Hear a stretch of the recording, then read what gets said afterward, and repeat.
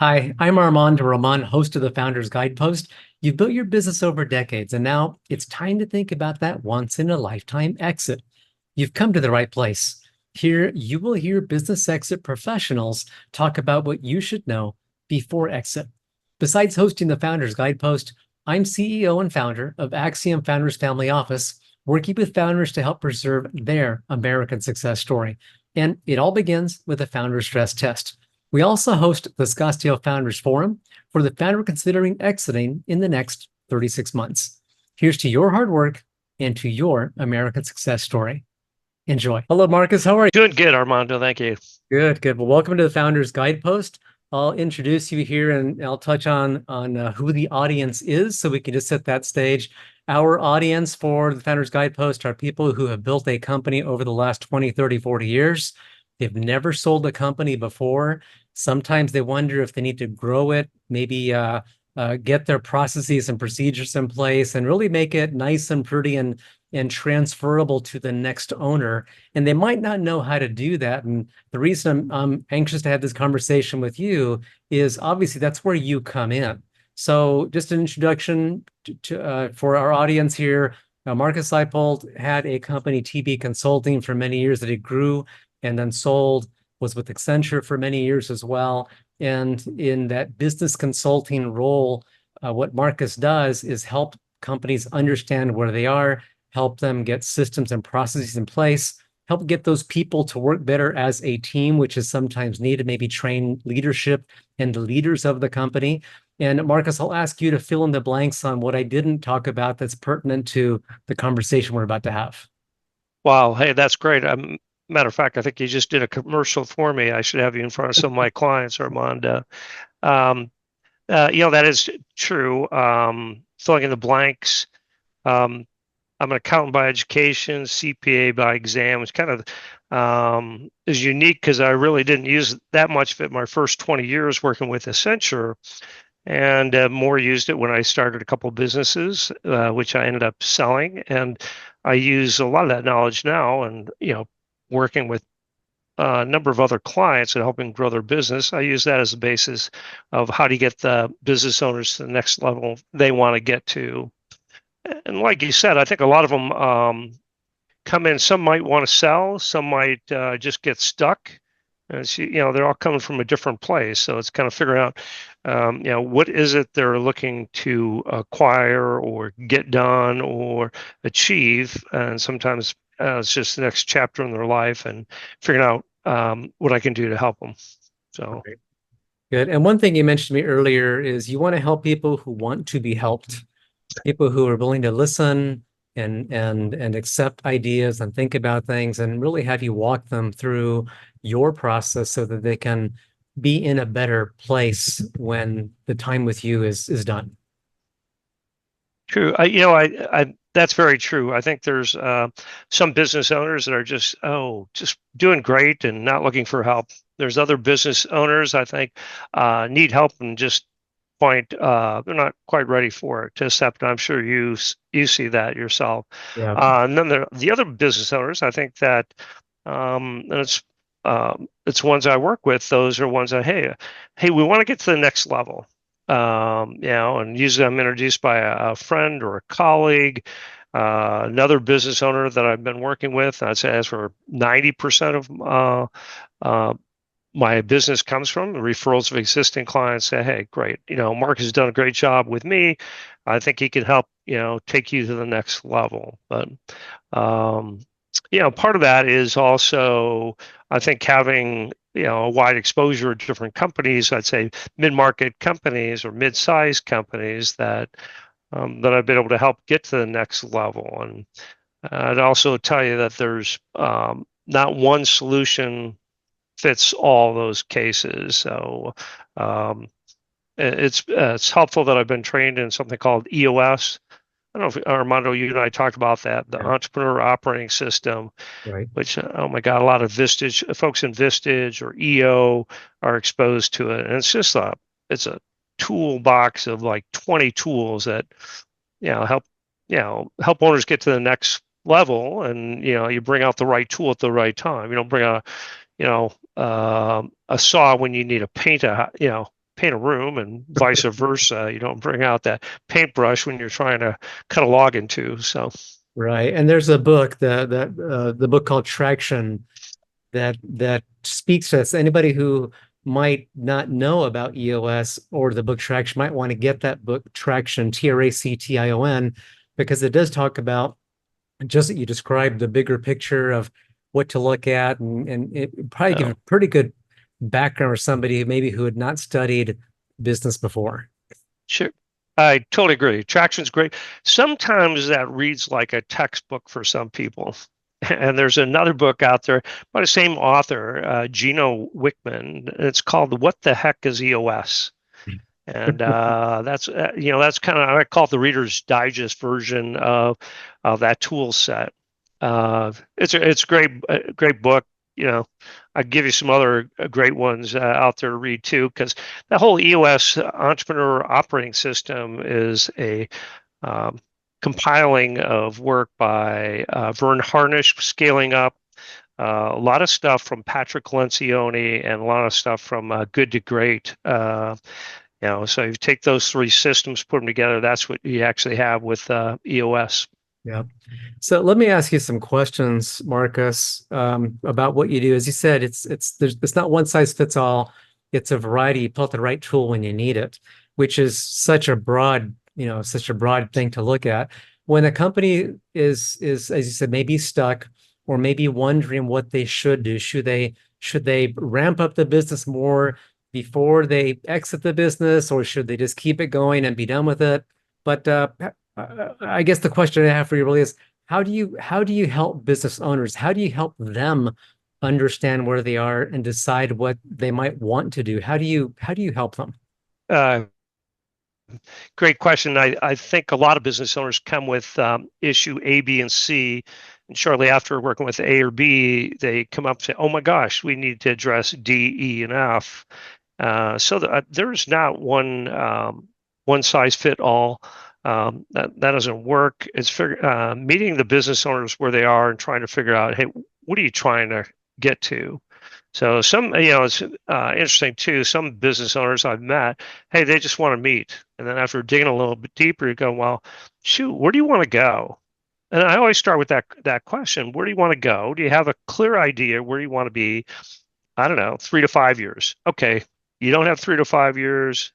Armando, hey, do you have 1 year? Do you know where you want to be by the end of the year? And I'll even meet business owners that, oh, geez, I just want to survive, or I don't know, I've only thought about the next 2 months. So if I can get them thinking about where do you want to be in a year? Where do you want to be in 18 months?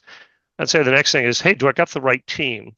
So let me back up. I'd say, do I have that picture very clear? Because I think if you can paint a picture where you want to be in 18 months, your chances of achieving it are a lot higher than if you just think about it.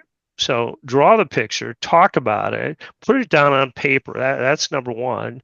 Two is then figure out, hey, if I want to be there in 18 months, what do I need to do in the next 3 months? So I'm all about setting great quarterly goals. Okay.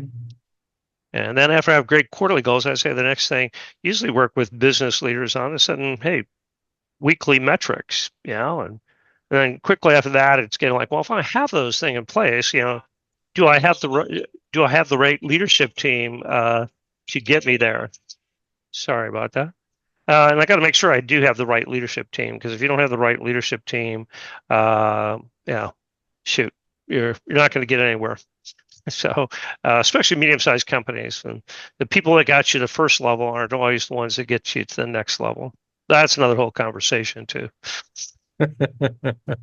So maybe I could ask you to just describe the size of the business or type of business that you typically work with, or that is really in a position where they can come to you and you can really help them.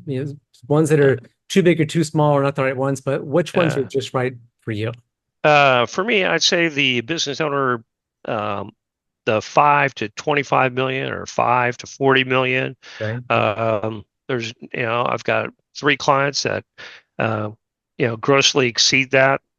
And I've got a handful of clients that are smaller than that, but those are probably the ideal ones. From you can make some, you can really make some things happen. But that besides, the other one is you mentioned it earlier about those clients. Do they want to be coached or they want to get to the next level? They got to have that mindset. Yep, hey, I want some help, and I'm open to doing some things a little bit differently. But and that's from a revenue standpoint. I would take it also from a people standpoint. That 5 to 100 people is probably the ideal spot for using the EOS tools. So, Okay. Yeah, I think you got to. I don't say you got to have both, but if you're out of whack on either one of those things, probably I'm not the ideal coach. Hey, last one, service business.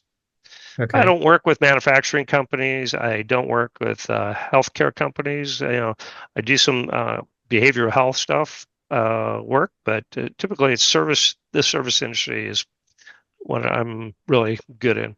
Okay, good.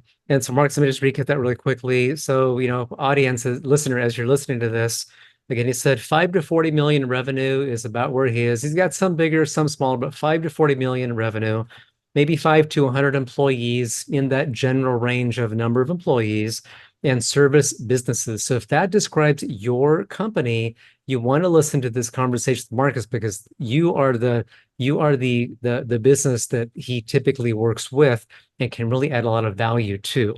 And so, Marcus, a question for you, discovery. When you're getting to know the companies and they're getting to know you, you always have to ask a lot of questions to really understand where they are, so that you can understand where is that, where are those next steps that need to take place. How that business owner who's not gone through a process like that before, and you're now talking with them, working with them, what would they expect? What does that look like when it rolls out? Uh, The discovery process. I think that, yeah, the discovery I think is taking a look at 3 areas and how strong you are in those 3 areas. Your sales and marketing area, your operations area, and I call it the back office: accounting, finance, IT. Okay. And so I'd say the discovery questions are usually around those 3 areas. The other ones would be, hey, great, definitely a vision. Where are you on a vision? Do you have it or don't you have it? Another question I love asking is, hey, how are your leadership team meetings? Are they good? Not so good? Or do you even have them? Some organizations don't have them, and some will tell you, but I don't need them because I meet with my people every single day. And so then it's that whole conversation about working in the business versus on the business. But I'd say focus on those 3 areas: sales and marketing, where you are, operations, where do you want to go, and then finance. So, and the back office, how good are things going? I like that stool. You're only as good as your weakest leg of that stool. Okay. When you begin working with a company, I imagine sometimes they know what the pain points are, and maybe sometimes they don't. What do you typically see when they start working with you? What do you help them see, I suppose? Yeah. But if I had to pick some of the most common issues, I'd say the biggest common issue is probably people.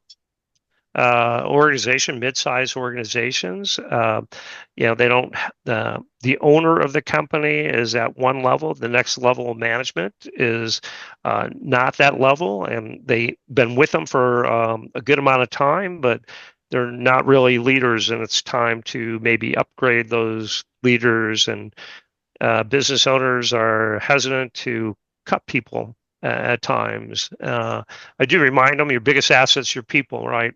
And I always like ask, hey, what's your biggest liability? And let them think for a while, and then the real answer is, the wrong person, and the wrong person in any seat. Somebody doesn't have the core values.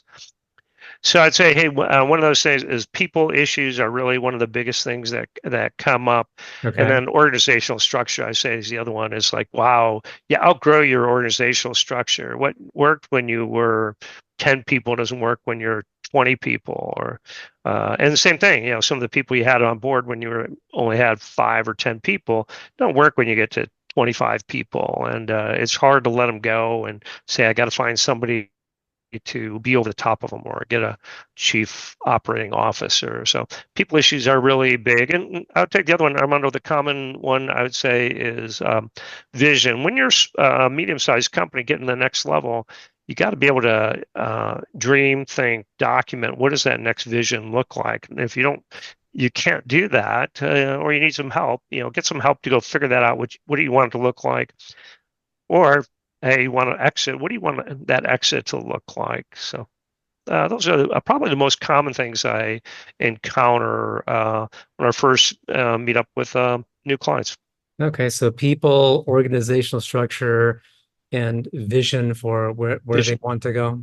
Yeah, I'd say definitely. Yeah, those are probably three most common. Okay. Okay. All right.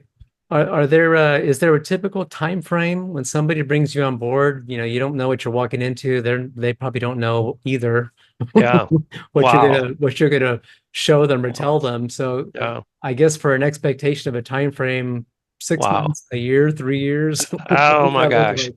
What hey, the simple answer to that is no.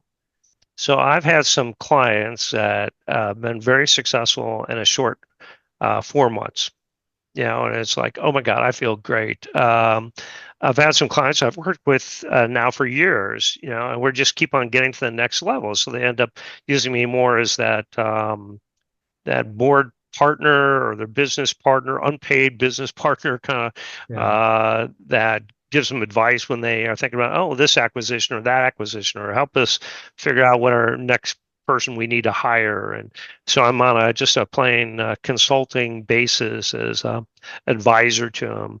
I'd say the average for taking somebody through a journey of putting in these 20 tools is probably 2 years. Like I said, Okay. some people can do it faster.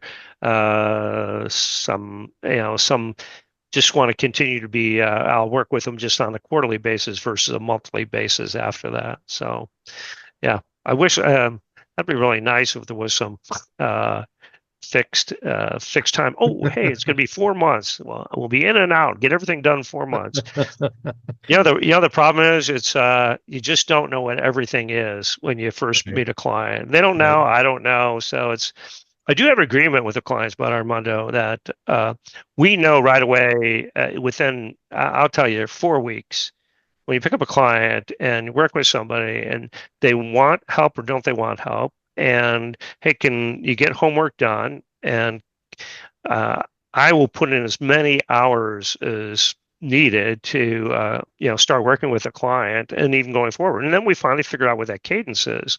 So the cadence in some of my clients is they want to meet every 10 days, three times a month.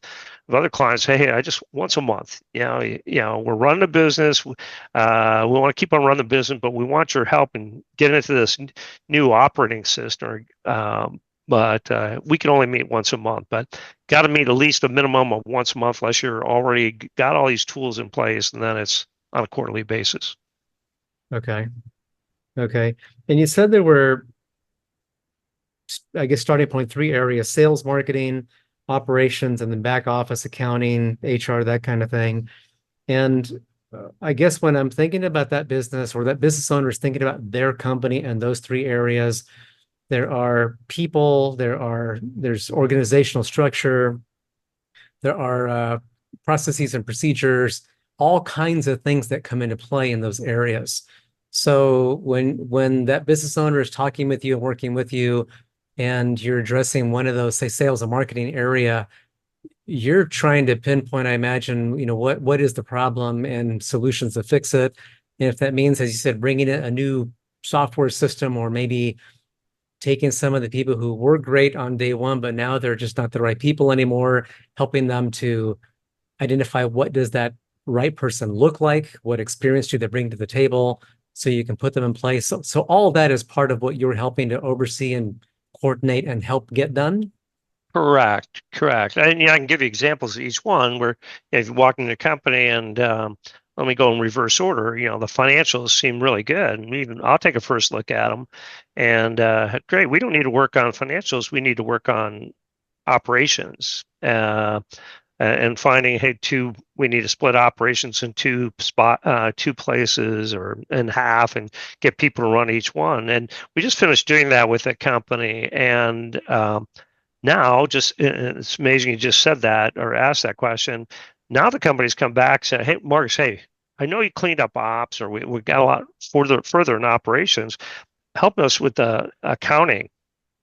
So it happens, part of it is personnel issue changes, whatever, that aren't working really well for the company, and we're going to do a massive shifting of roles and responsibilities in the accounting area.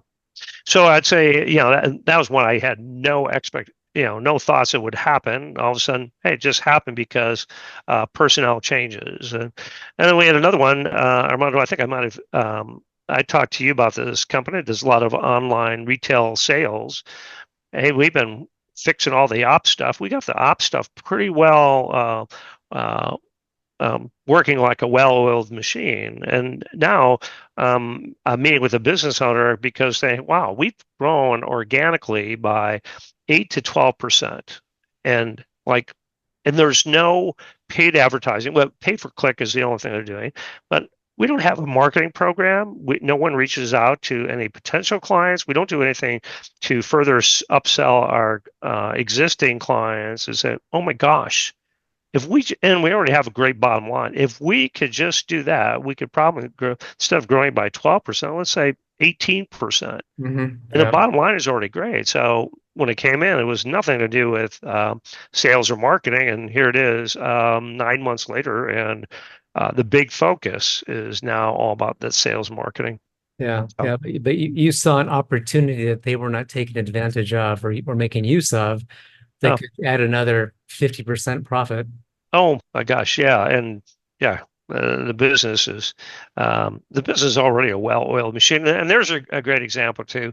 When you're talking about 5 people and $8 million in revenue, great bottom line. It's like, hey, what do you do? And it only has 5 people, so it's a little bit under that ideal number of people, or it's underneath or it's just above a $5 million minimum mark. But I look at this company, it's like, what a blast to work with, because you got a business owner and leadership team. And it's actually a family business that does really well and can do even better. So, and I'd say the other one, that one, and again, Armando, some of my clients, a couple of them would get to that point, and all of a sudden, wow, I could sell this business now. Yeah, it's no longer a hobby. Right. Let's go set it up to go sell it. And it's like, yeah, let's go do that. And so that's another whole journey. And Armando, I will say this, people that are listening on your podcast here, you sent me some other podcasts to listen to. There are some great people that I've heard on your podcast that are really good and skilled and talented at selling businesses. And they should listen to some of those. You got to send those podcasts out to other people if they're thinking about selling. Even I picked up some stuff from listening to those business brokers, VC folks, so investment bankers too. Well, thank you for saying that. We have a lot of good talent here in Metro Phoenix, and we try to get them to share that information freely, and they do, with people who have gone through that once in a lifetime exit. It's just too important to not get it right. Mm-hmm. So that's why we want to highlight them and highlight you, so that many of them don't want to just sell or transition out. They want to instead get the company in a better position. So it runs, as you say, like a well-oiled machine. And if they want to then hand it to that adult son or daughter to run, then it's a better thing for them, or to the new owner to continue with that business. But they often care about those employees and those customers, and they want to make sure that when that ownership changes, that it continues delivering on what they set up years and years ago. So that's why, talking with you in this conversation, I'm glad that we can help people meet you and understand what you do for them, what you can do for them, because often they just haven't looked at that before. What can be. Well, let me just piggyback on that, because I'm working with 3 situations now where it's the parents transitioning the company to the kids, and they're I think all of them wanted to do it. And I can tell you, one's done it very successful, and the son who's running the business is. I hope someday he'll listen to this. He's doing better than the parents ever did with the business, and he's kicking butt, and he's a blast to work with. I would never expected that day one. The second one is one that hey thought we're going to transition to the kids, and one has decided, hey, I want to run part of the business. The other one says, really, I don't want to be in the business.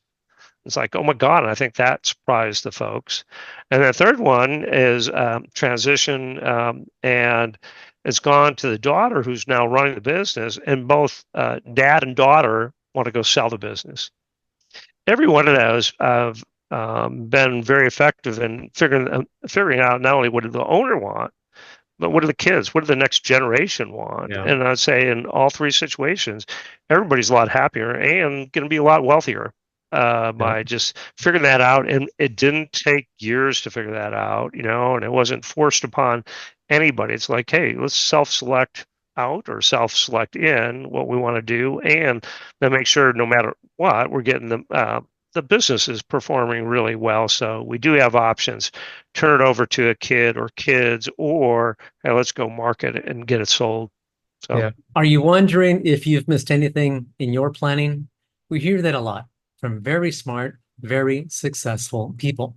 And that's why you may want to know more about our founder stress test. If so, go to axiomcorp.com. And that gets back to the vision you talked about, helping them understand or helping them see a vision. And if that vision they see is them fishing on the beach rather than running a business, that's fine. But once you understand what their vision is, you can help them get that. Yeah, so I think one of it's just spending more time in Munns Park. Another one is actually fishing on a beach. So anyway, well, it's their business. They can decide what they want to do with it, right? Here. Are there common pain points that you hear from a new client, or is that what we touched on a while ago? You mentioned those three areas you look at. Common pain points, though, that you talk about common things. I don't know if it's a pain point. I would say again, the people that got business owners to the next level are not always one to get them to the next, next level up. And no company grows like that. Evolution, revolution. Is that right? Evolution. they go through dips and valleys, and like I said, the same. And what's funny? That's also, I don't care if it's your accounting system, right? Everybody started off with checking accounts, right? I started two businesses. The last one sold. We're 20 some million, 80 people. I started in my closet, and I did the accounting. I think it was in Quicken. Just matter of fact, I don't even think I did any accounting to start with. Build somebody, collected the money, and that's kind of true, half not. I'm an accountant, so I had to use some system. It was Quicken and then QuickBooks. But that does not get you to the next level if that doesn't scale for a lot of companies. And the same thing. So if I start with index cards, or you went to Excel, and then you went to Quicken, then some Microsoft tool or PeopleSoft, whatever, that changes. So do the people. I got to get the accountant that started your business. Maybe is not the one you need in the future.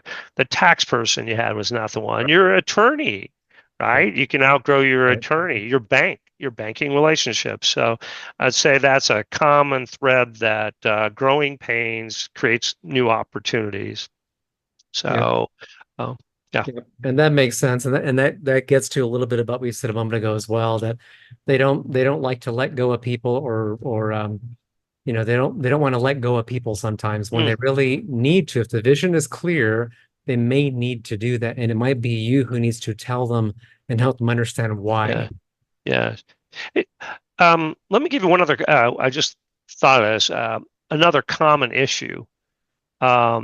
People not getting to leadership teams, not getting to the root cause of an issue, and they just put a Band-Aid on it. I don't care if it's an accounting firm, hey, we haven't adjusted our prices in a long time. Yeah, we need to do that. Or Joey's always coming in late. Yeah, we need to fix that. Instead of saying, hey, look, we will adjust or look at our prices from a competition, everything, once a year, every March, every whatever.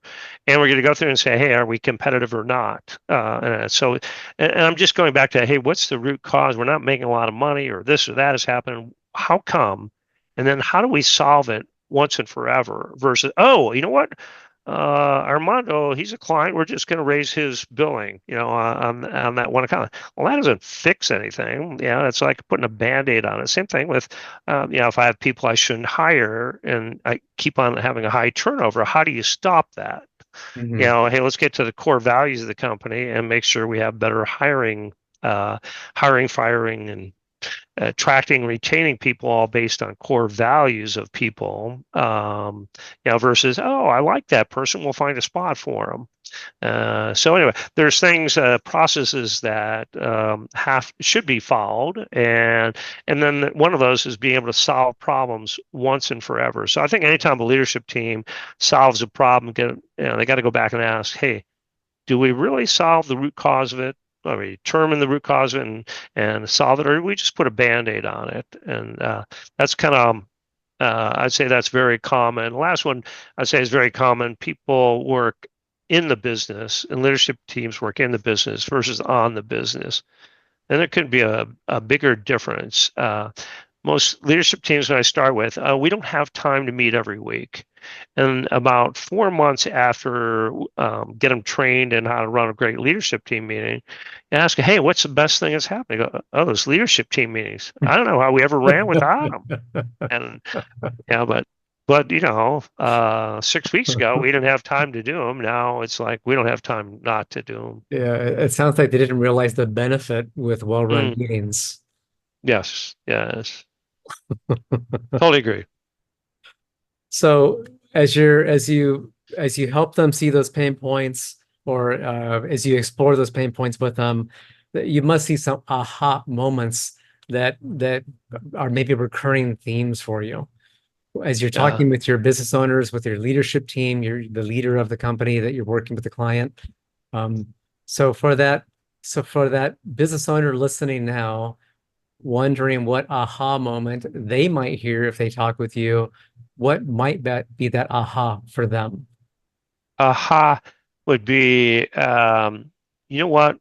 My leadership team is not all on board with where I want to take the business, for multiple reasons. Could be I didn't share it with them. I don't know it. Uh, and they all might have their own semi-private agendas. And geez, if I could get everybody on the same page, rowing in the same direction, I'd be a lot better. Oh That'd yeah. be one aha moment. The other one, I think most business owners will agree, not everybody has a discipline of being accountable. And if I could put in a discipline of being accountable, oh my gosh, we could get a lot further. Oh, wait. I got one more, Armando. As a business owner, um, I spend a lot of time doing stuff I shouldn't be doing. And God, if I got a coach or mentor or somebody that could help me just free that up where I wouldn't have to work 60 hours a week on my business or 50 hours, and I could get somebody else to go help me, wow, wouldn't that be great? And so I'd say the other big aha moment for a lot of business owners, they've come up through the ranks, built their business, they're really good at their trade, but are not good at leveraging other people. A lot of them are not good at leveraging other Mhm. people, or even figuring out how to use an assistant, at a fraction of the cost, be it offshore or onshore, that could really aid them. So Okay. those would be my ahas. I Okay. would, Great. So let me just make sure that the listener heard those ahas. You talked about a team that's all working together. If you can get all those people working together as a good cohesive team, the benefit to everybody is just very, very powerful. That's one of the common ahas, getting that cohesiveness. And if you could get folks to be accountable, and get accountability put in, you said, as a discipline, meaning it's just part of what they do. There's not a whip cracking over their back. It's just part of what they do. They are accountable, and that is their own discipline. And the third one was freeing up leadership's time. That business owner is working 60, 70, 80 hours a week. And the aha would be when you help them to get that assistant or offload or delegate to where now they're working less hours, and it's working better for them overall. I'd say those are, very common, and I would say every one of my clients would agree. Oh yeah, those are things we didn't know or issues that we had that we've been effective at getting done. So Okay. yeah. And so are you typically working, say, with the CEO owner, or with that owner and the executive team, the leadership team, or does it vary? Yeah. So I'd say I'm always most commonly brought in by the owner, president, or CEO. That probably I can't think of a case where that didn't happen at that level. Two, after working with the owner or CEO, the vast majority of the time, I end up working with the whole leadership team. Okay. Sometimes it exists, sometimes it doesn't. And so then you help them build it, I suppose.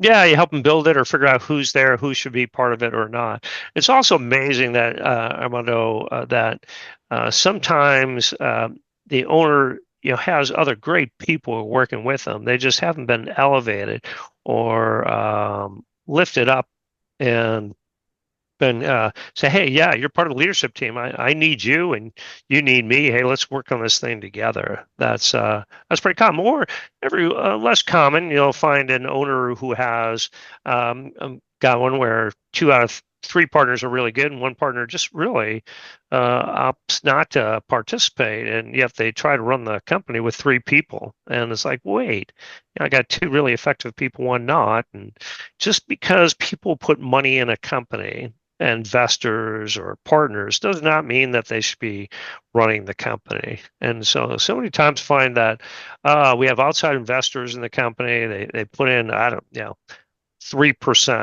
and all of a sudden they think they have a seat at the table. And I think it's very easy to correct that problem, especially if you use an outside resource. It's not always easy for the owner to correct that problem, but it's like, hang on, are you an investor or you're part of the leadership? Big difference between the two.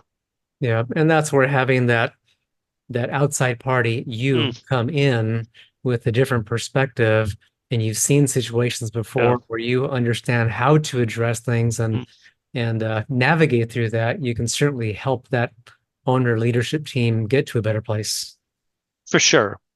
For sure. And the same one, having an outside perspective when you have a family-owned business. So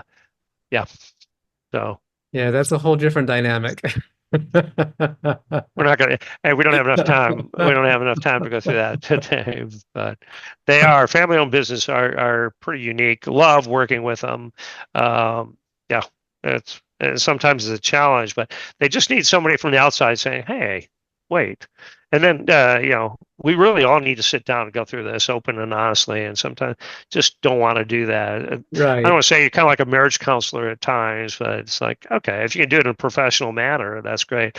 By the way, Armando, and for the audience, listen, I am not a life coach. I've told people, all right, every once in a while you got to do that stuff in there to keep the peace and everything, but I do not promote myself as a life coach. If you're looking for kumbayas and touchy-feely, that's not me. There's other people out there. Armando, you probably know a ton of them. That's not me. I like to get results. That's results driven. Yeah, your focus is the business, and our focus is the family. So we often hear from couples as we're having conversations. One of them will look over and say, you didn't know you were going to get into marriage counseling when you started working with us, did you? There you go. Yeah. Well, actually, I kind of did, because over time, that is just what evolves. You have very deep personal conversations. Yes. And you mentioned family business. I grew up in a family business. I'm son number 3 out of 4 sons. 2 older brothers worked with my dad in his company. and it can get very sensitive, very touchy, Yeah. and any little something can spark a Oh, firestorm. So you just have to be so careful navigating things with here, family here, businesses at here, here, times. here, here. But again, It's more, you said you're focusing on the business and focusing yes. on that, and you're trying to really separate, which makes 100% sense on why that is important to that business owner, because the Yeah. business has its own accountability to its employees, its customers, and Yeah. what it does. It needs to be healthy and function in a way that benefits everybody. Yeah, and when you take those family businesses, I don't care, a husband and wife running a company or whatever. I think if you can go in there and yeah, you do end up being kind of a personal coach. A lot of times you can, just being independent and listening and say, wait, this is what I'm hearing, you know, and having enough experience, say, here's 3 ways we can solve this. You guys just, before we leave today, let's pick one and go down that path, and it's like, wow, I don't want to say not forcing the hand, but help them get to the next level a lot Right. quicker than dealing with it for years and years more when hey, it should have been dealt with last year. Yeah, yeah. So, So anyway, Marcus, let me ask you, one of the things that we hear quite a bit from our audience, they're thinking about selling sometime in the next 2 to 5 years. mhm, They've never gone through this before. They don't know what to expect. So mm, as you pointed out earlier, we've had other podcast guests who can speak specifically in their discipline, investment bankers mhm, or valuation people, et cetera. But when you are meeting with that business owner who's thinking they want to transition out of the company in 2 to 5 years, and that's what they want to do, how do you help them walk through that and navigate that with the idea that it will be a much more sellable business or a mm, better value business or a better functioning business? How do you help them do that specifically? yeah. Great question. And obviously do end up with helping folks like that having those questions. I think number one is helping them understand the value of the company.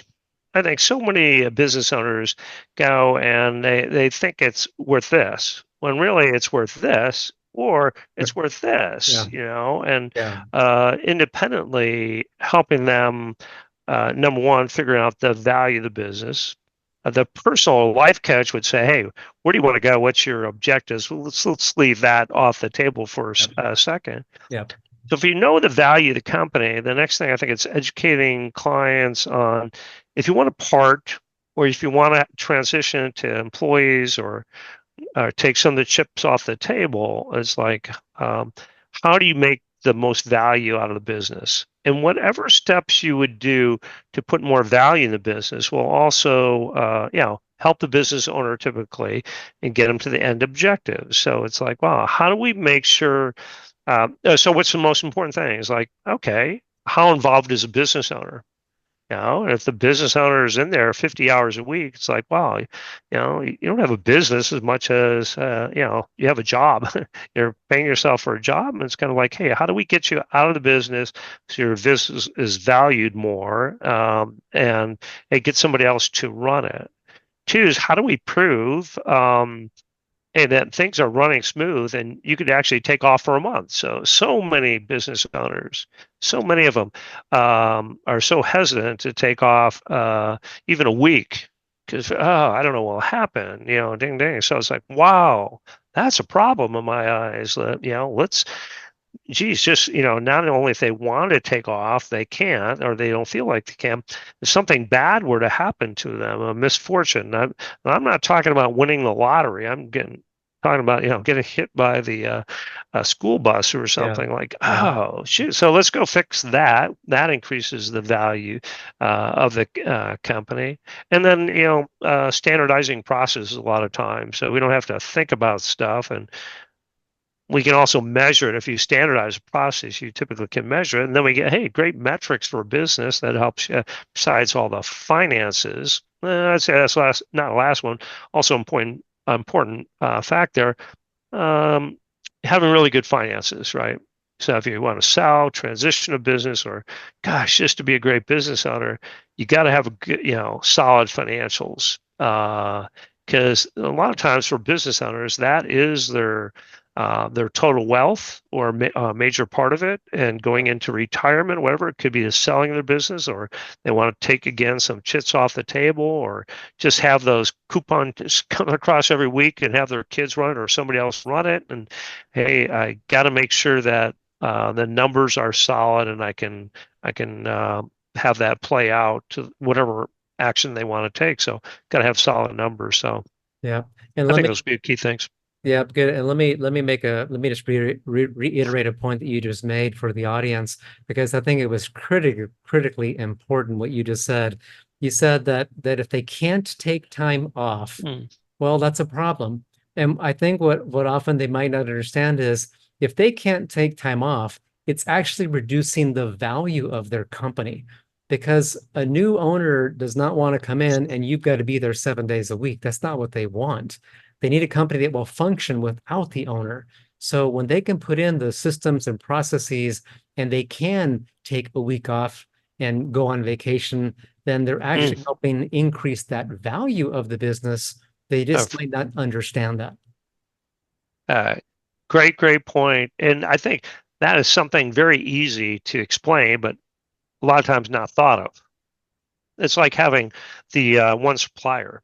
When I get all my stuff from one supplier, it's like, oh, shoot. Or I have one large customer that does 80% of my business. Oh, shoot. I got to go fix those things, right? Right. So, but, yeah. And the other, hey, there's other risks in the company too. You got to make sure, right? Oh, hey, all my counting is done on that PC right over there, sitting next to my desk, and any unhappy employee could come over and just kick it and I'd be out of business, So it's looking at those other business risks too. I only brought that up because I just ended up working last week with a client that, close to the same situation. The employee didn't kick it, but something went haywire on it. And it's like, oh, geez. So anyway. Or a new client. It's like, wow, I think we got more than that. That's the biggest one of the issues. We probably have other issues, other risks that we got to mitigate. Right. Yeah, that sounds terrifying. Oh, yes. But as you're helping that business owner prepare for their own transition out of the business, I've heard investment bankers say many times that a new owner wants to buy a business that just prints money. Everything is automatic.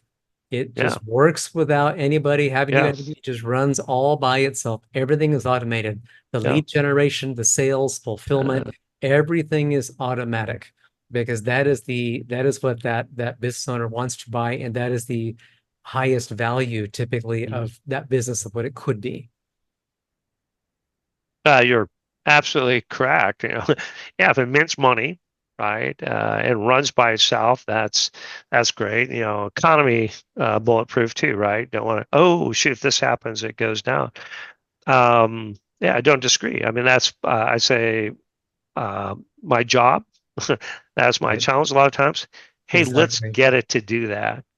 And for the business owners that are listening to it too, it's like, I think you need to have a dashboard. You need to look at, how do you know, hey, my car runs, I don't have to do anything, but I have some gauges on it, right? I know when I'm running out of gas, right? I know when it's getting too hot, temperature, I don't really have, well, yeah, actually my car does tell me when I'm, the tires are low. If we have all that in a car, we need the exact same thing for our business. Right? We need to have an easy dashboard that tells us how we doing and where my risk. Or if I'm trying to get it up to, 200 miles an hour, I need that speedometer, right? And says, hey, that's what I'm going to focus on that. And I'm going to keep on, working on, getting to the next level. And it doesn't happen all at once. I got to shift gears. Oh man, that's a new analogy. Yeah, I got to shift gears every once in a while. I slows down a little bit, and then, hey, we take off again. So a lot of businesses don't have that dashboard that they can look at. Not only on a, again, I'm a big KPI metrics person. Well, you got to look at the important stuff on a weekly basis. But even if you don't, look at it on a monthly basis. Hey, am I getting where I want to go and where I need to get to or not? So get that dashboard in place too. Yeah, but that makes a lot of sense. And I'm glad you said dashboard because that reminds me of a client I spoke with recently who likes to travel and they Mm, can be on the beach with their laptop and they can see mm, their dashboard. yeah, They can be in Europe on the beach with the yeah, business that runs here and with their dashboard know exactly what's happening with their yeah, company. yeah, yeah. I love it. And if you don't have it, it's just it does not make a bad company. You're not a bad company if you don't have it, right? And it doesn't mean you're not successful. Matter of fact, a lot of the companies, 90% of the companies I work with are already successful. It's just putting in the rest of those tools to, even make it better and get to the next level. So the dashboard, the annual goals, quarterly goals, weekly metrics, great leadership team meetings. Those are just a lot of tools. An accountability chart. What does that organizational structure look like? Not only today, what does it need to look like in 18 months? Having those tools in place just helps a business owner get to the next level. Or when I say business owner, it really business owner and a leadership team. Keep on picking on just the business owner, but it's really the whole leadership team needs that dashboard. Yeah, that makes sense. So have we not touched on something, Marcus, that you'd say is important for that listener who is thinking they want to exit in 2 to 5 years? They're not really sure what they should be doing or changing, or maybe they have an idea, but they just haven't done this before. And they've Yeah, never, of course, exited a business. So that's a whole brand yeah, new territory. yeah, But they'd like to think that when they do exit, their company will be in that perfect position. So they realize they might need some help on the outside, yeah. from you. Um, well, two things. One's about me, one's not about me. I think it takes time to get there, right? Now you can't change everything, processes, people, and systems in 2 months. Oh, I'm ready to sell, right? So you need a track record. So Yep. start early. It's gonna take time. There's the other thing I tell business owners. I really believe this is not. It's for any business owner listening or leadership team. Um, you know, most of us have kids, or when we were a kid, our parents got us a coach. All right, as a soccer coach, baseball Yeah. coach, or whatever.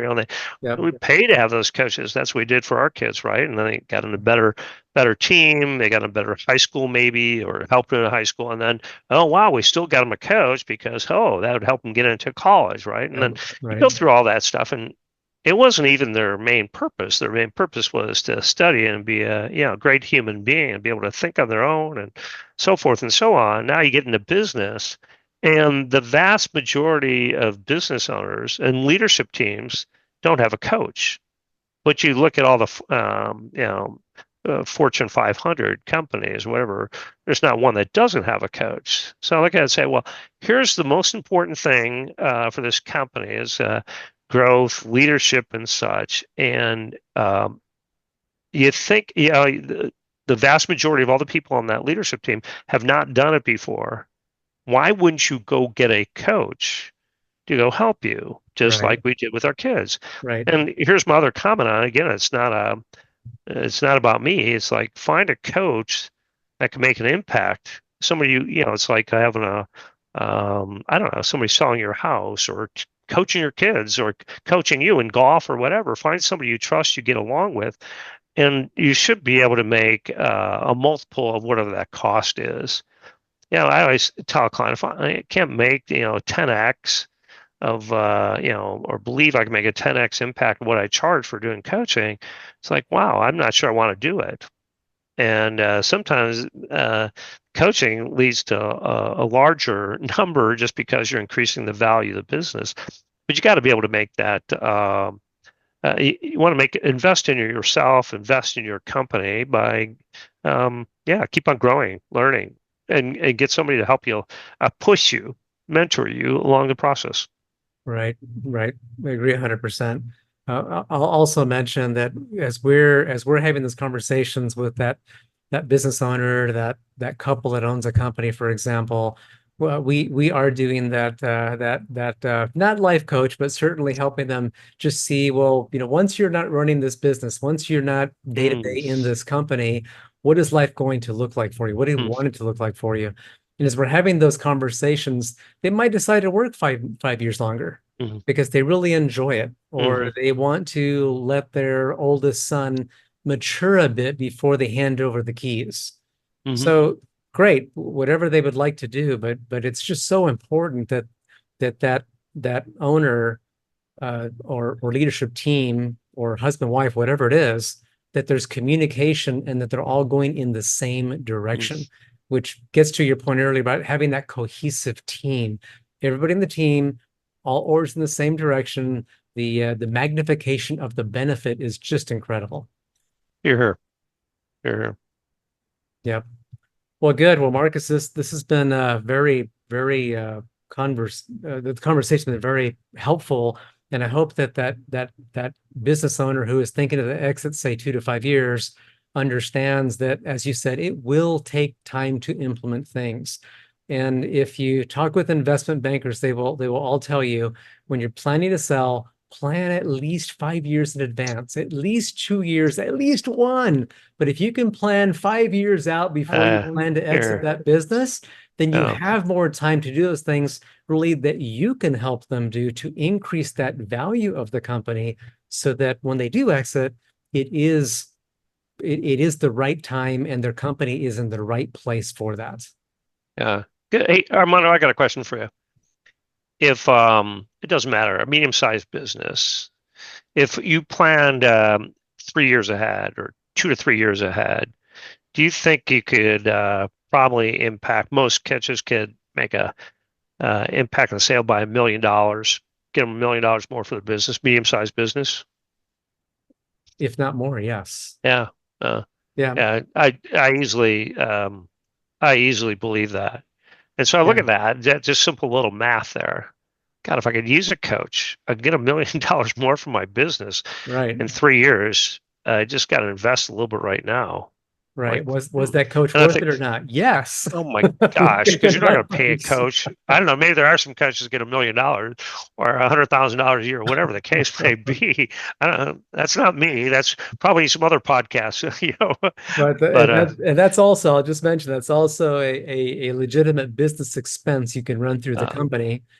So it's putting my old CPA hat back on that I oh wore for boy, many oh boy, years. But it's certainly a benefit. But yeah, here, certainly, yes, you can yeah, increase the value. Will it increase it by $1 million? Certainly, yes. yeah, 10, 20%, yes. yeah, Depends on where they are for sure. Well, yeah. Mark, that's good. This has been excellent. I really appreciate the conversation. Thank you so much.